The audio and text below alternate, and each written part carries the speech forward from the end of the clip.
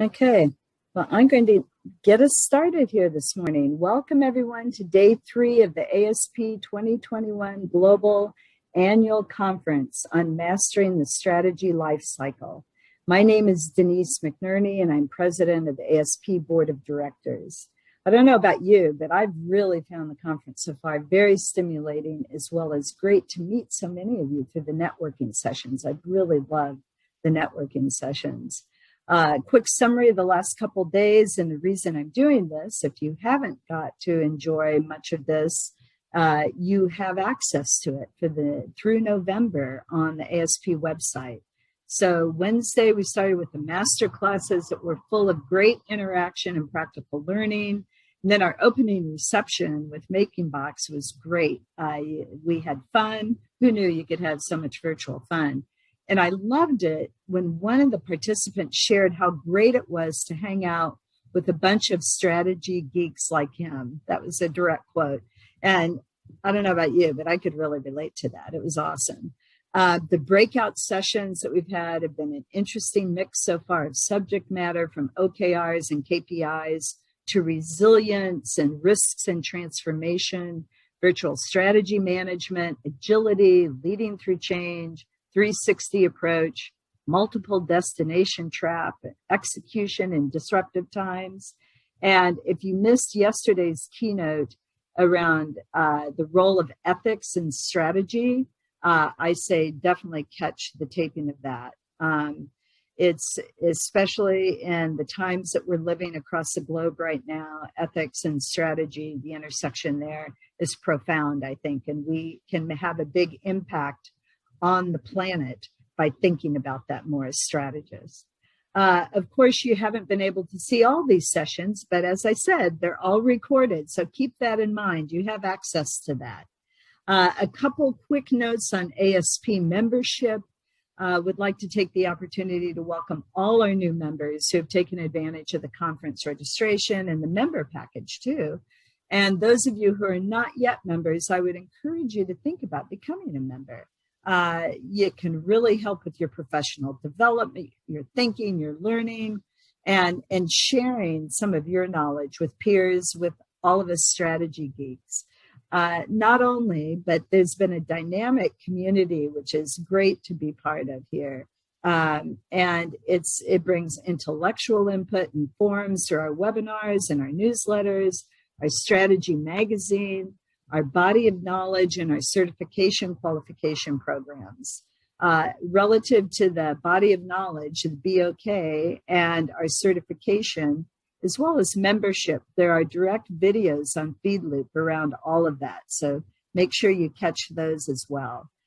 A quick shout out to the volunteer presenters. All of our presenters have been volunteers, and it was a rigorous selection and curation of those presenters and moderators, and the team, both staff and our great ASP member volunteers, have been incredible to pull this conference off, and it's just run so smoothly. So shout out to that, and shout out to members and future members that are here this morning, that we are so grateful for our volunteers. And the more engaged you get as a member in a professional organization, the more you get out of it. And it's been an incredible journey for me over these last 10 years and getting very involved in ASP. So I highly encourage that.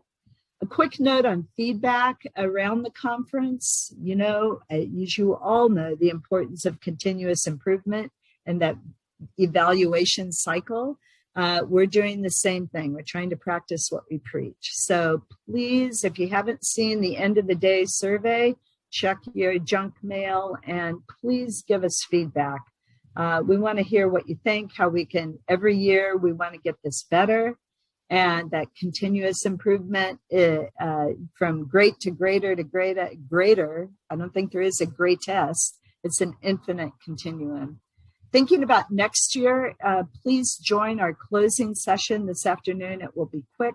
There will be a poll to get your views and ideas about next year. We're all living in a lot of uncertainty as well as a disruption, and thinking about whether we go virtual again, whether we go hybrid, or whether we go back to our typical on-site program, or like I said, a hybrid of the two, we'll be very interested in hearing what you have to say.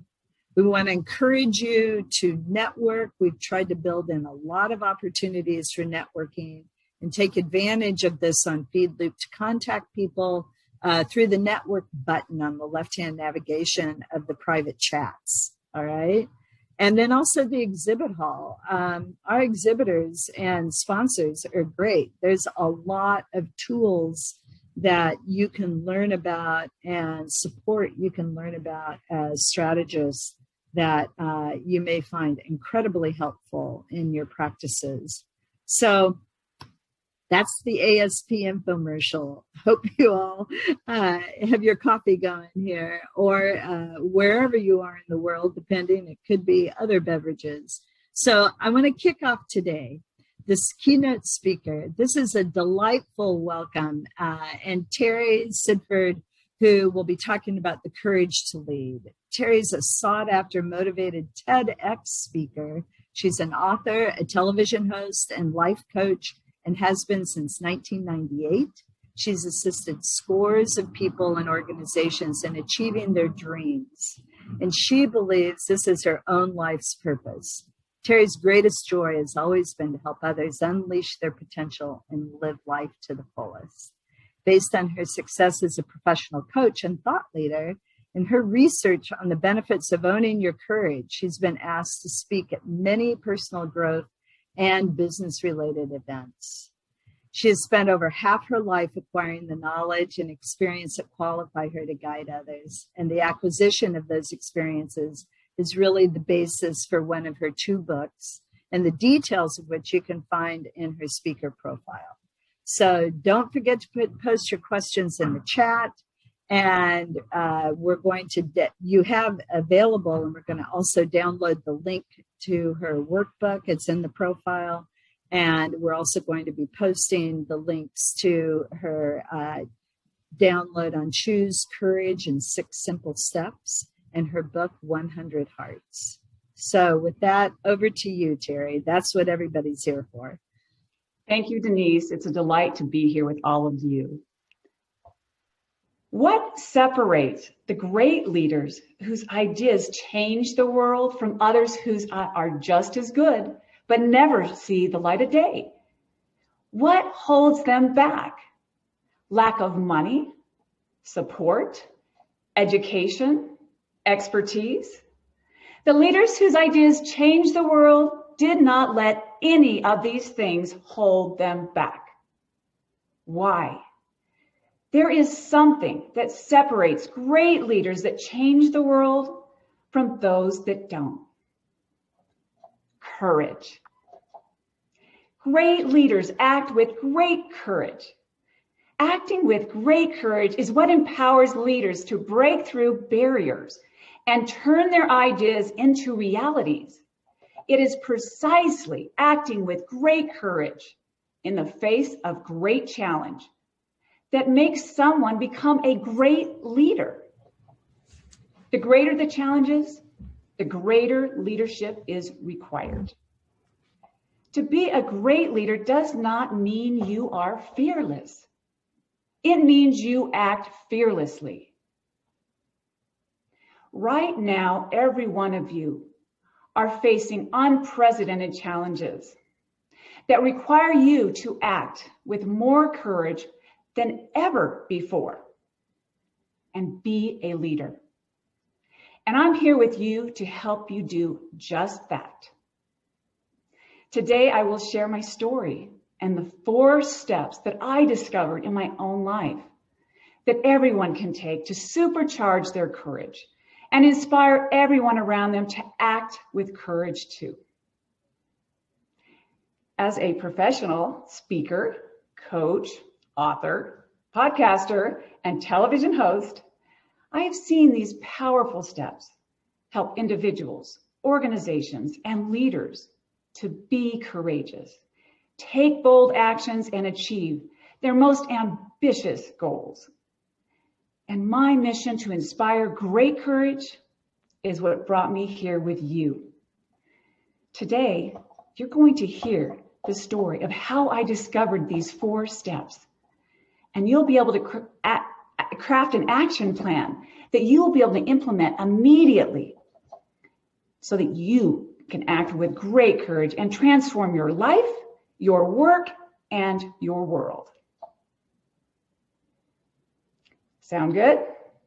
Let's get started with step 1 and my story.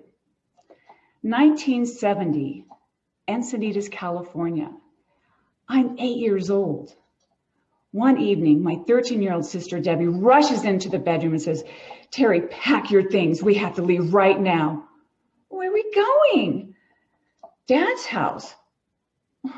"Dad's house? Why?" "Mom and her boyfriend have been drinking all day and they're drunk. It's just too dangerous for us here. We have to go." "But Dad doesn't know we're coming." "I know, Terry. I know, but we have to leave before Mom gets home." Okay, but what am I going to carry? What am I going to take?" "Here, take this pillowcase, whatever you can put in and whatever you can carry. Let's go." Okay. "Oh, but Debbie, what about my goldfish? Who's going to take care of them? Can we take them?" "No, Terry, we can't take them. We have to go, but they're going to be fine. Let's go." We walked 30 minutes to my dad's house, and we never returned. Most of my life, when I look back, I just see 2 little girls running away. What I did not see until years later was that Debbie and I did something that required a lot of courage. At the age of 8 and 13, we took life into our own hands. Looking back at our lives and identifying how much courage we've demonstrated was actually the starting point for increasing it. If you take a look, I am certain that you have had a moment like this in your own life. So I'd like you to acknowledge how much courage you have now. To know when you've been courageous, look at the times you struggled to overcome a challenge, when you were beset by fear, when you suffered profoundly, when you acted despite the opposition of people around you, where you overcame an obstacle that seemed insurmountable, where you achieved something beyond anything you'd imagined, where you turned what seemed like an absurd dream into a reality, where you told a truth despite the cost. All of us have been courageous, and seeing it enhances our ability to act even more courageous in the future. Now, please take a look at the level of courage that you've demonstrated from your childhood to the present moment in both your personal and your professional lives. I want everyone right now to just stop, and I want you to reflect on the last time that you were courageous. And how much have you acted with courage? Give yourself a rating on a scale from 1 to 10, on an average. 1, you have not taken the bold actions required to do your best work and live the life you've dreamed of. 10, you always act with great courage and leverage every opportunity to contribute your all and fully maximize your potential.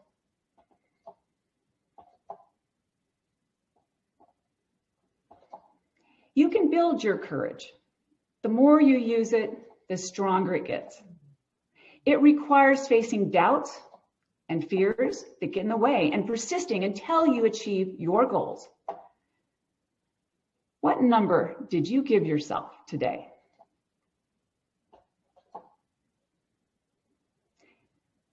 If you did not give yourself a 10, I'd like you to visualize what important goal you would achieve and what you would do differently if you were at a level 10 in courage today. It's very important to put a target date on your goal. For example, If you want to learn to speak Portuguese by the time you're up for that next promotion to be considered for the new management position in Brazil, it might be important or essential to put a target date on it and to take action steps to achieve your goal, or it won't happen. So take a moment now and think about your important goal and how and when you will achieve it. I'll give you a few moments.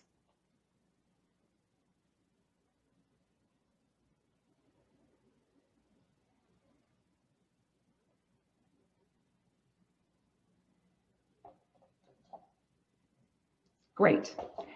Now, get ready to see big things happen, because turning dreams into reality is what you're going to be empowered to achieve today. Back to my story. I had been living with my dad now for 6 years, and Debbie left for college. Dad started to grow his hair out long and wear puka shells and enjoy the 70s lifestyle in Southern California. By the time I'm 14, Dad says, we're going to go on a family vacation to some hot springs. So he and his girlfriend and I pile in his old yellow Toyota pickup with that big white camper on it, and we head to the mountains in Northern California. 12 hours later, Dad says, we're here. I'm so excited. I'm still in the back of the camper, and I open up the drapes, and it's beautiful. I could see tall pine trees. I could smell the pine needles and the fresh air. And I could see some steam coming out of this large pool. And as I look a little closer, what do I see? Naked people, older naked people everywhere. Dad had told me he had gone to a few nudist colonies before, but he sure didn't take me and didn't tell me that's where we're going on our family vacation. When I realized where we were, I said, Dad, how dare you? I can't believe you took me here. You expect me to be here all week? I am not taking my clothes off. Take me home now. Come on, Terry, this place isn't so bad. It's not such a big deal. These people are nice. Dad, it just doesn't feel right hanging out with a bunch of naked adults. If you don't take me home right now, I'm going to stay in this camper the entire time. You can't do that, Terry. Oh, yes, I can. I am not leaving this camper. The camper was big enough to sleep in, and it had a bathroom, so I refused to go. And he and his girlfriend left. It was right then that I found my courage once again. Our integrity is really put to the test when we find ourselves in a situation where we're pushed to make a decision that violates our values, especially by someone we respect or admire. When you say no, when someone has asked you to make a compromise, you may risk losing that person's esteem, affection, and maybe even your position at work. The problem is, when you compromise your values, you lose your self-respect. Whereas when you say no, that refusal enhances your self-respect and your chances for success. Now, back to my story. Later that day, I'm still in the camper, and I hear a knock on the door, and I think it's my dad. And I open it, and it's a boy my age, and he's cute, and he has clothes on. Who are you? I'm Michael. Your dad told me to come and get you out of the camper and tell you this place isn't so bad. I don't care. I am not getting out of this camper. He tells me he had been there for a couple of weeks and he was okay with the nudism. He had dealt with it for a long time because of his own parents, but he never took his clothes off. We ended up becoming friends, having fun, and spending the rest of the week together with our clothes on. As a result of standing my ground and saying no and staying true to myself, I took a risk that I might not be accepted. But instead, I earned respect.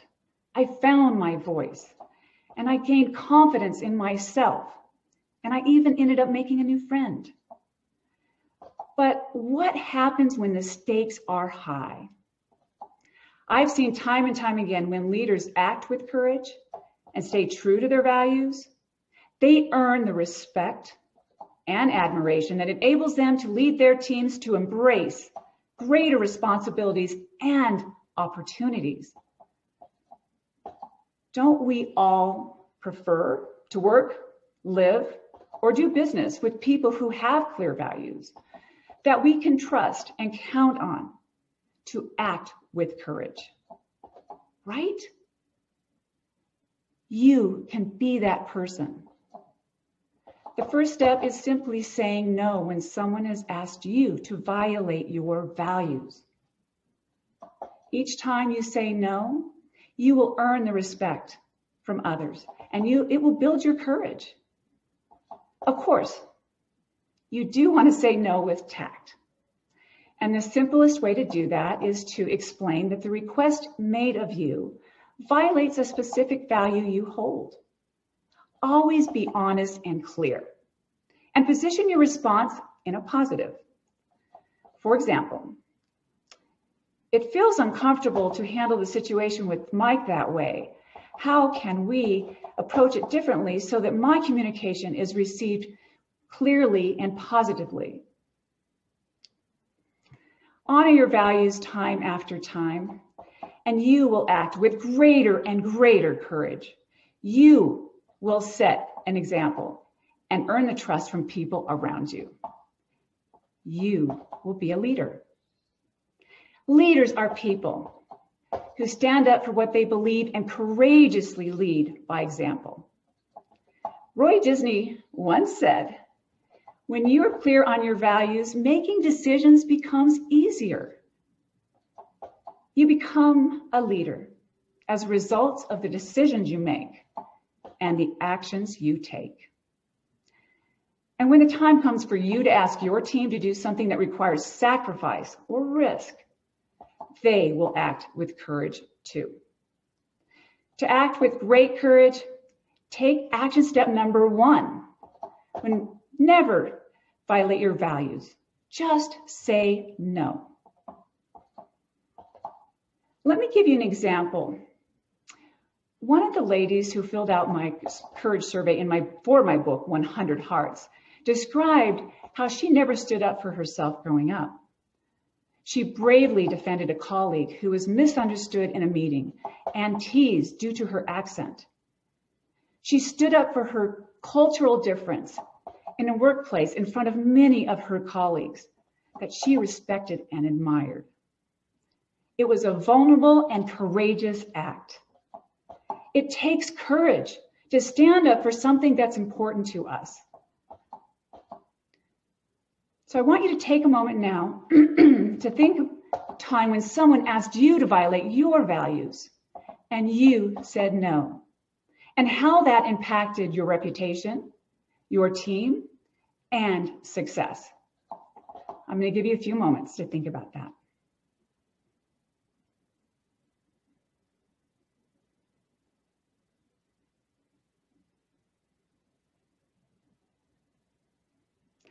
The more prepared you are to say no to things that go against your values, the easier it will be to actually say no.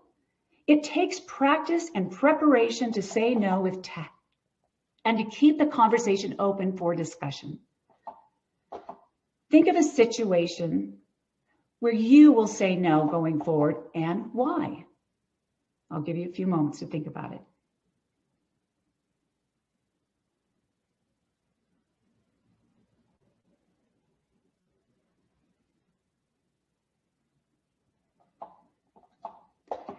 If you're one of those people that has a hard time saying no, and I know you're out there, you might want to try thinking of it this way. Remember, on the other side of no is a yes to something else. What are you saying yes to instead?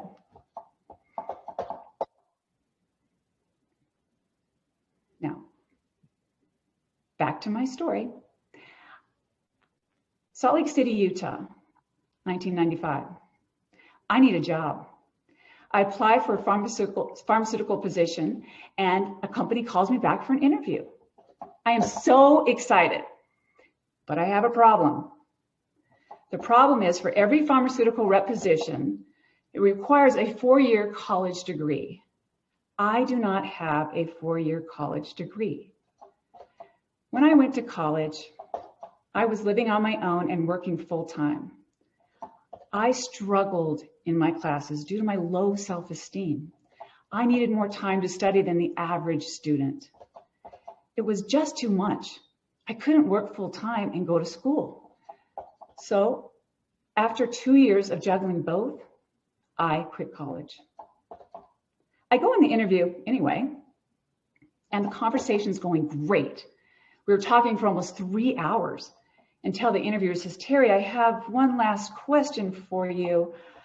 It's about your degree. I see that you went to college for 2 years, but I don't see that you graduated. Now, what is your degree?"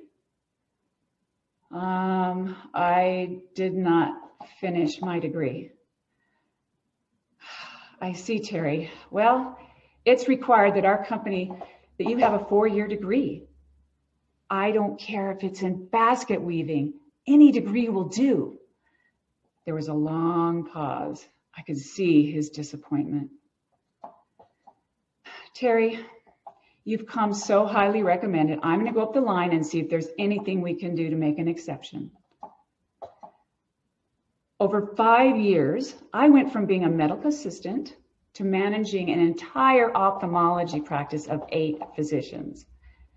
I knew the products, I knew ophthalmology, and I didn't see any reason why I would not do well. 2 days go by and I don't hear from them. And then on the day before Christmas, the phone rings. It's the interviewer. "Terry, what are you doing January 5th? "I don't know. I don't have any plans."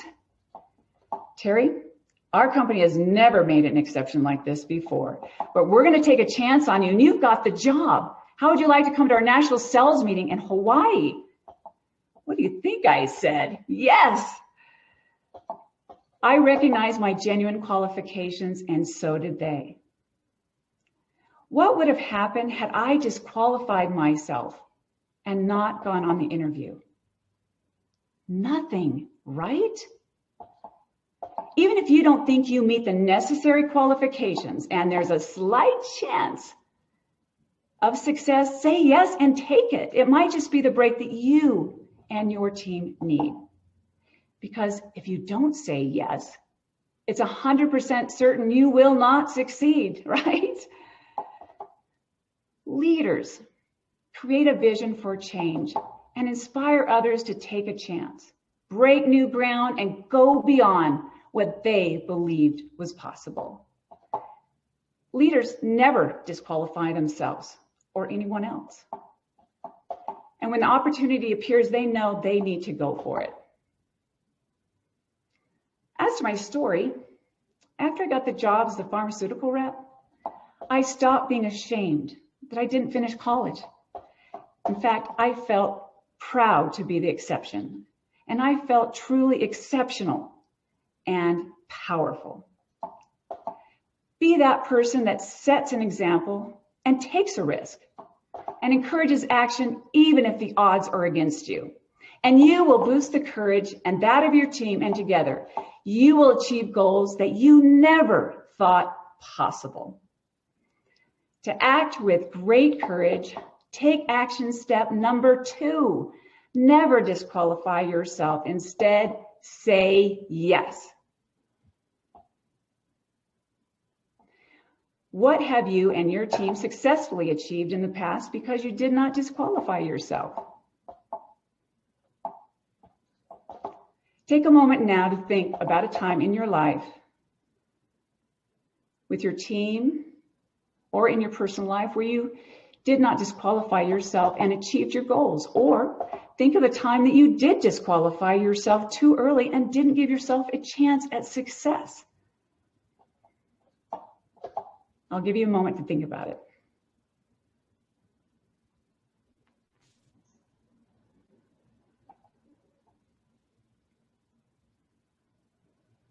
Now, think about what you and your team can do to achieve now by not disqualifying yourselves and saying yes instead.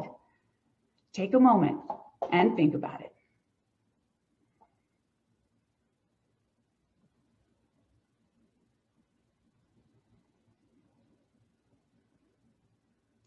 You never know what you can achieve until you try.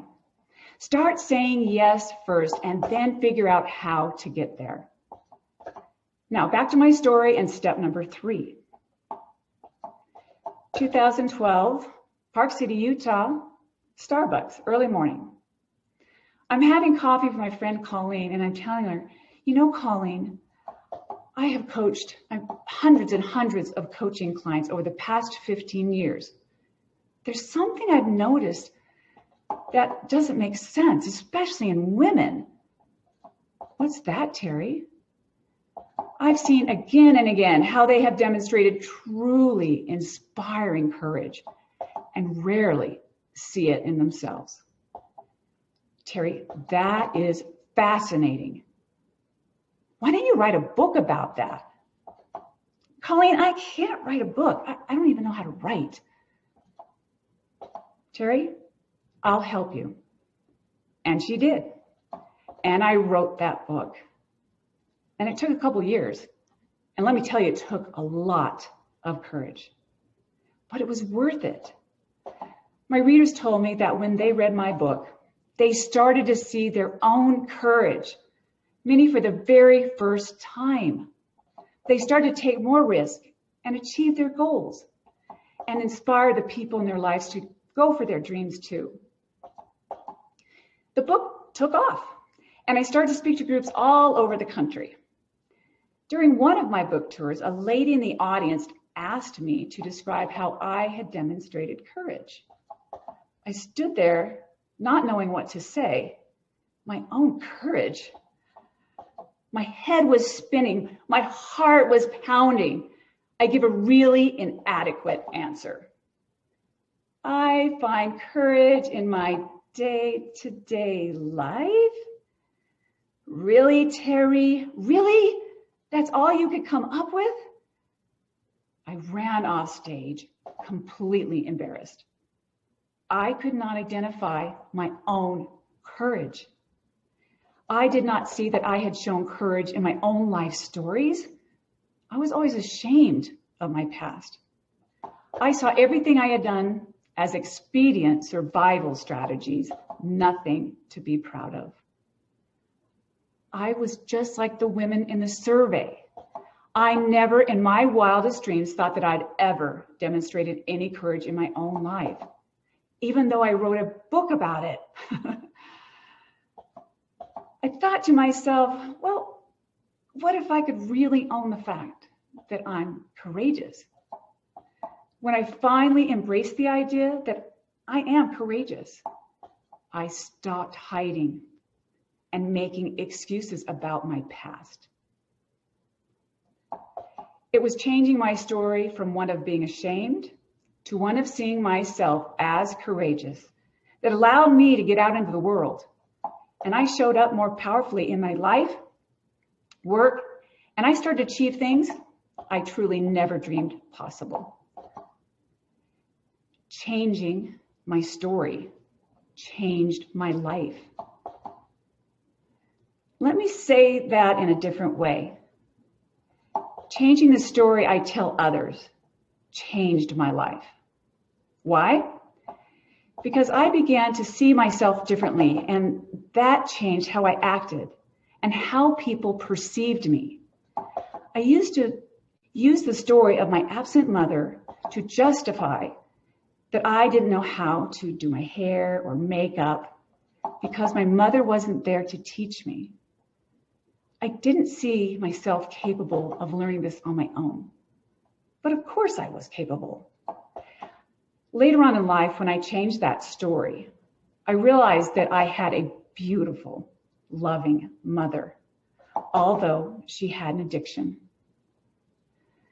Changing my perspective and my personal beliefs of that story helped me not use my old story as an excuse to not look, feel, and be my best. Share your stories of how you acted with courage to overcome hardships, challenges, and adversities, and you will build your confidence and inspire others. These are what I call superhero stories. Your team needs to know it's okay to make a mistake. And what looks like a failure may actually be a stepping stone on your way to success instead. Now, here's the cool thing. You get to assign the meaning of your superhero stories. For example, early in my story, I told you about not graduating from college because I struggled in my classes. It was just too much at the time, and I felt like a failure. But it turned out to be one of my many defining moments in my own life. It gave me the ability to go beyond what I thought I was qualified to do, and ended up getting my dream job as a pharmaceutical rep. I changed my story from failure to achieving my dream. I now see every challenge as a possible opportunity and have inspired many people to go for their dreams too. And you will inspire others by changing the meaning of your stories and trials and tribulations into stories of triumph and success. Keep sharing your superhero stories and you will start to see yourself as that courageous person that you are. You will be more motivated to take daring actions and be an inspiration to your team and everyone around you. Now, here's the secret to telling a great superhero story. Don't hold back all the juicy details. The more challenging and even embarrassing, the better and more empowering the story. Turn your story from failure to success. That is what your life will start looking like. Great leaders are great storytellers. They give meaning to what happens to us, and we start to see ourselves capable of greatness. The stories we hear and the stories we tell ourselves define how we act and show up in the world. There's nothing more powerful than a superhero story to affect change. To act with great courage, take action step number 3. Share your superhero stories. Think of a superhero story in which you overcame a challenge or realized an ambitious dream through an act of courage. You might be saying to yourself, I don't have a superhero story. You might surprise yourself. Think of a time that you overcame an obstacle or you beat the odds and you came out ahead and you learned something from the experience. These stories of triumph inspire others to not give up, and they will start to create their own superhero stories. I never thought that my own stories of challenges and adversities would turn into my own superhero stories and start to inspire many people. So take a few moments now and think of your own superhero story.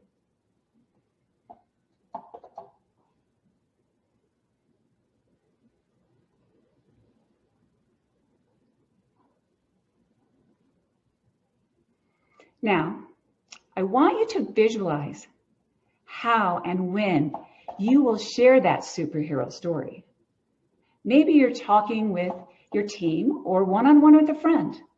I want you to visualize their face light up with amazement, respect, and curiosity.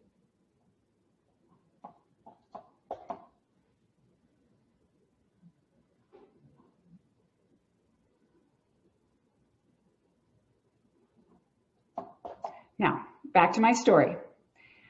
1992, October, Salt Lake City, Utah, late morning.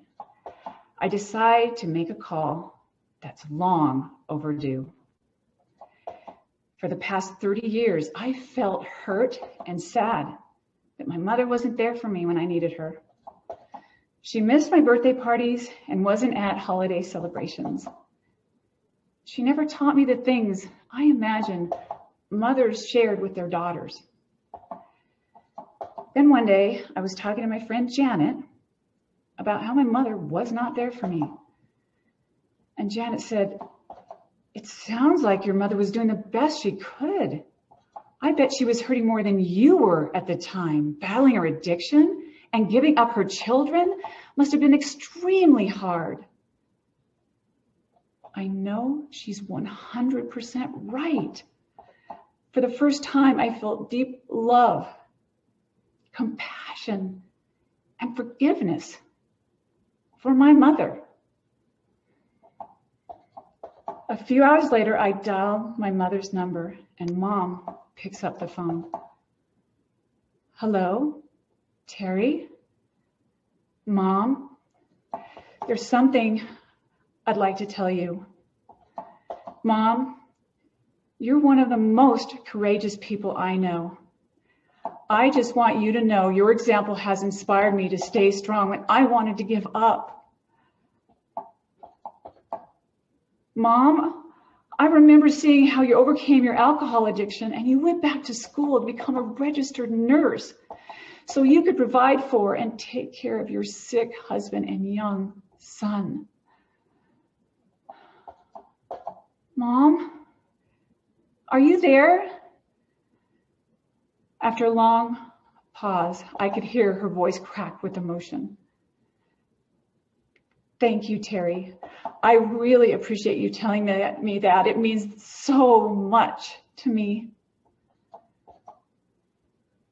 And I know it does. When you change your story about other people from a story that focuses on their failings to a story that honors their courage, you will see them taking bigger, bolder, and more successful actions. We all know that what we focus on persists. So put your focus on the courage and grit that you and others have found to overcome obstacles and achieve success. Make sure every member of your team is honored by acknowledging the courage they have demonstrated, and you will have a team that will be unstoppable. I would like to challenge you all, before the day is done, to pick up the phone or go online and honor someone for their courage. You might also create a system at your workplace to acknowledge action taken by an individual or a team that required courage. Did someone earn a certification or a degree and make that difficult call to a customer or a vendor? Did they take that continuing education class? There are things we can do that only take a few moments, that have the power to change a life, and in turn, make our world a much better place. And it is time to lead by acknowledging yourself, your team, for being courageous. The more you honor your courage in others, the more you will see it in yourself. And it will inspire everyone around you to be more courageous too. Let me ask you, is there any reason to wait? To act with great courage, take action step number 4. Honor the courage of others.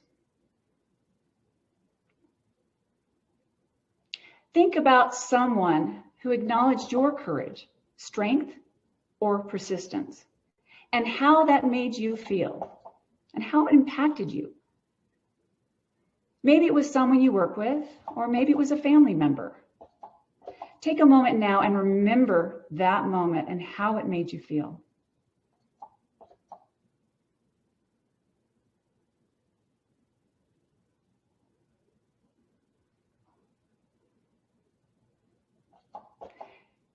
Now, I want you to think of 3 people that you will contact and honor. their courage. Take a few moments and picture these people now.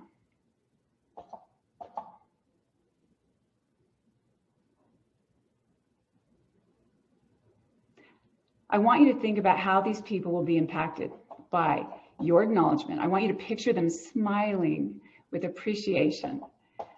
You will have instantly earned their trust and their respect. Every one of you has the courage to be a leader, take risks and overcome obstacles and achieve great things. Let's review the 4 steps that will enable you to act with great courage. When asked to violate your values, just say no. Never disqualify yourself. Instead, say yes. Share your superheroes and honor the courage of others. Take these steps and you will inspire change. Move people to action. Set an example. Unite people. Impact the world. Reveal truths. Solve problems. Improve lives. And change perceptions. Break records and empower others to be their best. Take these 4 steps consistently, and you will see your goals become realities. You will be the leaders that create the life, work, and world that we've all been dreaming of. You will become a great leader by having the courage to lead. Thank you.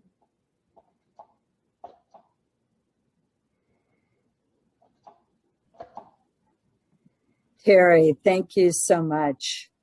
That was Thank you. great. Really, really appreciate it.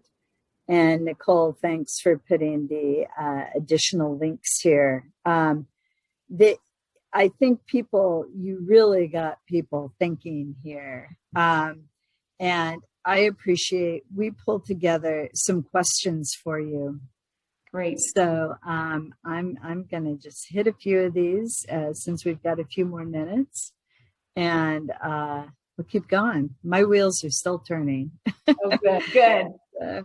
All right. Well, the first question, and I'm going to be brave and have these in first person. The first is, I've often let fear keep me from doing what I know I should do. What do I do to make a change? I love this question. It takes courage and commitment to make a change. The first step is just facing your fear. I know that seems daunting, but face it and then keep going. The 4 steps are 4 commitments that will enable you to act courageously. You have to commit to them and then keep going. And you will start to make better decisions in the direction of what you really want. Great. Thanks. Words of wisdom. So the second, where I work, saying no isn't an option. What should I do when an issue comes up? And no should be the answer. Yes. Will you repeat that one more time? Yeah. I got it correctly. Where I work, saying no isn't an option. What should I do when an issue comes up? This is really a great question because it's real life. It's what we all have experienced, I think, sometime in our life if we've been in the workplace. And how I look at this is that you need to be able to say no. But of course, you want to make sure that you open the conversation and it's not a black or white situation. You want to have a collaborative conversation. And that takes practice. When you are saying no to something that's really important to you, it often comes out a little bit intense. I don't know if any of you can relate to that. So practice it, saying it with tact and leaving the door open for conversation. You should be able to stand up for your values at the workplace and try to get them to understand what you're saying no to and what your values are. Excellent. Excellent. Thank you. What about, how do I know if my fear is justified and I'm really not ready or qualified to do something? Another great question. Thank you. I think that you really have to pay attention to your emotions. If you are very excited about doing something, then it might possibly be something for you. You might have to learn more about it, and you might need real dedication to make it happen. But let's say that you want to dance for the New York Ballet, and you're dreading it, and you just can't even imagine you doing it. Then that's probably more of an emotion that's probably not for you. So get in tune with your emotions about it, and be willing to work hard to get it. But if you get excited, that's probably is something for you. Great. There's a question in the chat box. How do you deal with having negative people around you or in leadership positions? Oh, yes. Oh, really? Does that happen? No, never. Yes. This is something, it's a life skill. It's a life skill that we all have to deal with, not even in the workplace, but everywhere. It's important to understand what's happening, especially if they're in management over you or something like that. And it's really getting clear and preparing yourself on how to handle that person. And a lot of times you might be surprised by this, but I've used kind of like good words and just kind of light conversation around somebody that's negative. Not too excited, but don't buy into their negativity either. And then stand up for yourself. But again, it's your tone and being prepared on how to handle it. And sometimes it just needs space, but always be honest with yourself and with that person. And if it continues, then you need to kind of confront that. Yeah, great. Which is another whole keynote address, right? It is. Do it next time. Right. How about sometimes I feel a need to share stories where I am not the hero. What should I do? Oh, I felt the same way about my story, so I can relate to this. I did everything I could possibly do to hide my stories because I was ashamed of them growing up. And true story, it wasn't until I did my TEDx talk and I was encouraged to tell every story I never wanted to tell. And I did on that stage. And it was the most liberating experience of my entire life. And I had so many people come up to me afterwards and tell me how inspired they were and that for the first time, they don't feel alone. So I turned my stories of feeling ashamed about them into superhero stories. So if you can think of it that way, that some of these stories, it's okay. It's to be vulnerable and real with people because it sets them free to do the same and they feel like they can relate to you and then they can feel like they're not alone. Does that help you? Yes. Okay, good. Me and everyone else that helped pull these questions together. I think we all feel stronger and more courageous now. What about the last question we have here is, sometimes I'm paralyzed by fear. What do you advise to people who feel paralyzed by fear? That can be subtle too. Subtle? Mm-hmm. Yes, it can be subtle. It can be dramatic and it can be very subtle. I get this question all the time as a coach and as a speaker. And here's the answer to this. There's no right or wrong, but the most important thing to understand is that you need to face that fear. Face it, look it in the eye, and then keep going. 98% of what we fear never happens. And a lot of the fear is from the past and that we're trying to protect ourselves from something, whether it's something that happened in the past or real danger. So identify, first of all, is it real danger or not? And if it's not, then look it in the eye and say, is this really real now? Maybe, I was bit by a dog before, but maybe this is a nice little puppy in front of me. So is it now or is that from the past? So you really have to identify that and then keep going. Great. This has really been a breath of fresh air. In strategy development, culture is huge. And we typically talk about culture as the whole gestalt in an organization, right? Mm-hmm. And what's really important here is that gestalt comes from the collective of all the individuals within the organization, right? And that culture is the same. And so where we talk a lot when we're doing culture work about driving fear out of the organization. And we know in organizational development, we can't drive 100% of fear out of the organization because all of us have some fear, and some of that fear is healthy, right? Yes. And it's still, this has just been really helpful and really great because I believe that it gets our wheels turning as strategists to think about what can we do as we help organizations advance their culture. What things can we do for individual situations and all the collective individuals within the organization to help build a healthier culture? I love that, Denise. And here's another thought about this. Sometimes we can also change the meaning of fear in a culture like that. Is that, what if you look at it also as a gift? I know, a gift, what?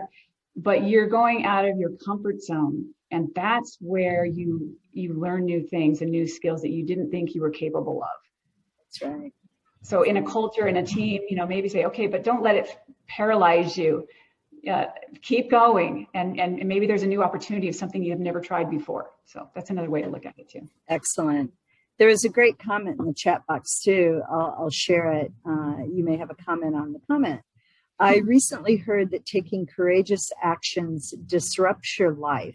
But the question is, how will I disrupt my life to stand for the things that are important to me?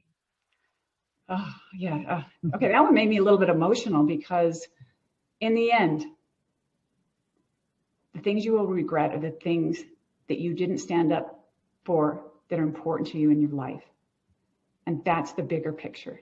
It's what are you going to regret in the end, that you didn't do the things that you wanted to do. You didn't stand up for the things that were important to you. So that's a great comment. And it does sometimes cause disruption, but sometimes that disruption's okay and it'll all be fine.